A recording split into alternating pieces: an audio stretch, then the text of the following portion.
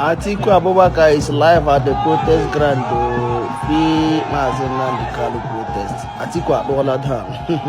O say Jela on a floppy Toby. Obi, where are you? Before Munaga Balagama, where are you? Tito Belegi. Join this protest. Ade Amama on the Chagbaru Bus. Ehono Mon Nabagosona.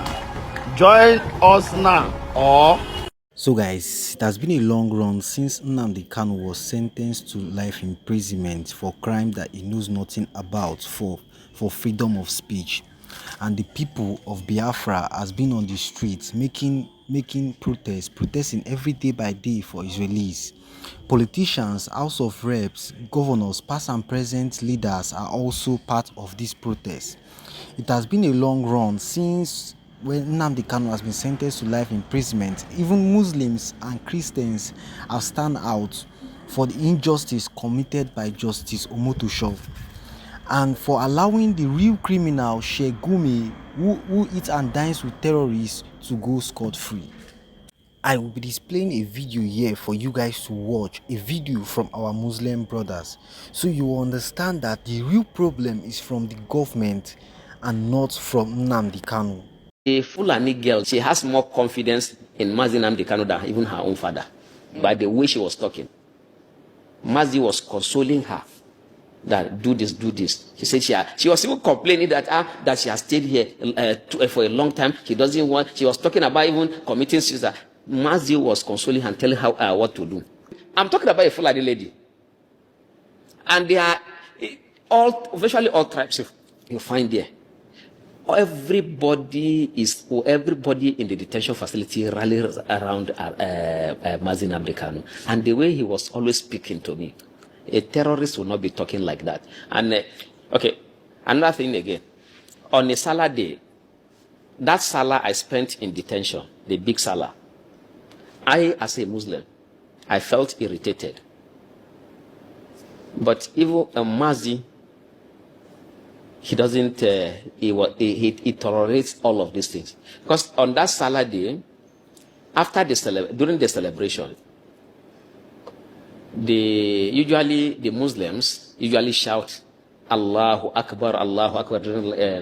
But they were shouting. So I was calling, you see, this detention facility, they are Muslims, they are Christians, they are others. Aside that, you don't have, it's not, even if they are all of us are Muslim, you don't have to shout and disturb others. At this particular time, some persons want to sleep. Some person wants to just sit down quietly. You cannot be shouting like this.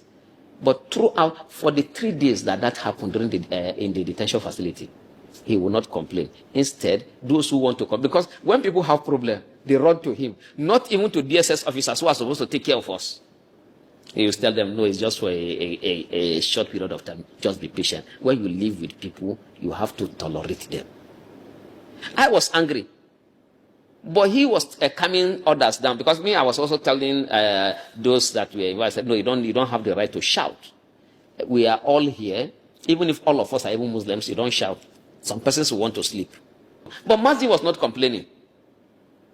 So, if he's a terrorist, I have not seen anything that will make me. That's why I believe in him. I believe in him 100%. More than I believe in my state governor. More than I believe in virtually all Nigerian leaders. And that's why I am out. That's why I have been going through all of these things. And that's why I'm appealing. You see, of course, I don't have access to him now. But I can tell you that because I know the kind of person that he is. Mazi, as a courageous man, he listens to his followers. He knows I love him and I know he loves me. Mazi Nnamdi Kanu is not a terrorist. He is not a criminal. His only problem is that he's fearless and courageous. He hates injustice, if not because of the professionalism of the DSS officers who are close to him. All of them, no exception, will say that they should release him. All of them, they like him. The way they interact with him, you see that they like him. Everybody that detention facility, they will want him to go, but they will miss him. All. You have virtually all tribes in that detention facility, but all will want him to go. All are saying he's a good man. Those who don't know him, are they now saying that all the people who are with him don't have their reasoning and their thinking is bad? Everybody in that detention facility, I let the DSS conduct a survey. Everybody will say Mazi Nnamdi Kanu is a good man. The Igbos will say the same. Yorubas will say the same thing. The Fulanis will say the same thing. The Hausas will say the same thing. I met him just for how many days. See how I am passionate about him now. I'm among those who are his members already. Anywhere he goes, that is where I go. Because I know he's a good leader. You see, you will always want to be by somebody who will not betray you. Somebody that you know that will always stand for you. One of the things my family members told me that you should be happy that you were detained, because at least you have got to meet Mazi Nnamdi Kanu. So that because when I went back home, I told them that I had a wonderful discussion with Mazi. I said, that means this is a blessing now. If you were able to, now are you sure? See, I'm sure that somebody that I know very well that I told them the story about Mazi Nnamdi Kanu. And that was why when I was going to protest during the last protest, and because a lot of my family members entertained fears that it was going to be that the security will clamp down on us, but they said no. If you cannot betray somebody who stood by you, who is a good person, we just pray for you. Whatever happens, go. Not because of what I told them about him. So Mazi Nnamdi Kanu is not a terrorist. But if they don't release Mazi Nnamdi Kanu, we'll come out and tell the full story. All those that are involved will say it. Let them come and take my life too. The marginalization is real. And that is why I'm appealing. We'll first release their son. They love him. And this same is their son, is their leader. They love him, they respect him. They want him released. He is the only person in the entire of the Southeast at the moment that can say, all of you, put down your weapons. Not with force. Okay, you have sent military there. They have not been able to achieve that. A man that can tell them to put down their weapons and they will listen to him, why will you keep him in custody? Those that are giving you contrary advice to what we are telling you now, they don't mean well. We want peace in the Southeast. These people will be able to help your government to improve and also improve livelihood because they are hardworking. You don't, with this agitation, okay, during the last protest, even in the Southeast, all shops were closed. The roads were empty because of one man. Which governor do you think in the entire of the Southeast can command such respect? So release him. The marginalization is real. So guys, we're back into the news of the day. Tinubu government approaches on Nnamdi Kanu has created avoidable distraction from insecurity. Peter Obi. So I read, Obi urged the Nigerian government to pursue dialogue, reconciliation and a political solution rather than actions he believes could worsen the country's challenges.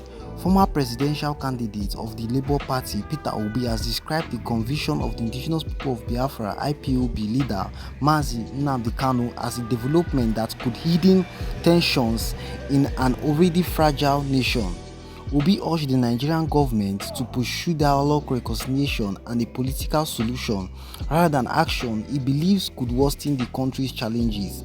In a statement issued on Saturday, Obi said the news of Kanu conviction should make every well-meaning Nigerian pause and reflect, especially at a time when the country is grappling with economic hardship, insecurity, and widespread discontent.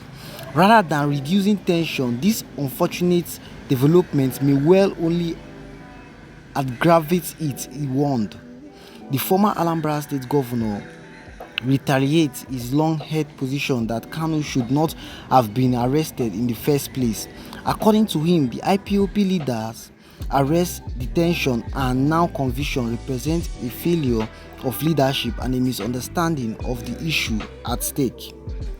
For years, I have consistently argued that dialogue, constructive engagement, and inclusive governance offer the path to lasting peace, Obi said.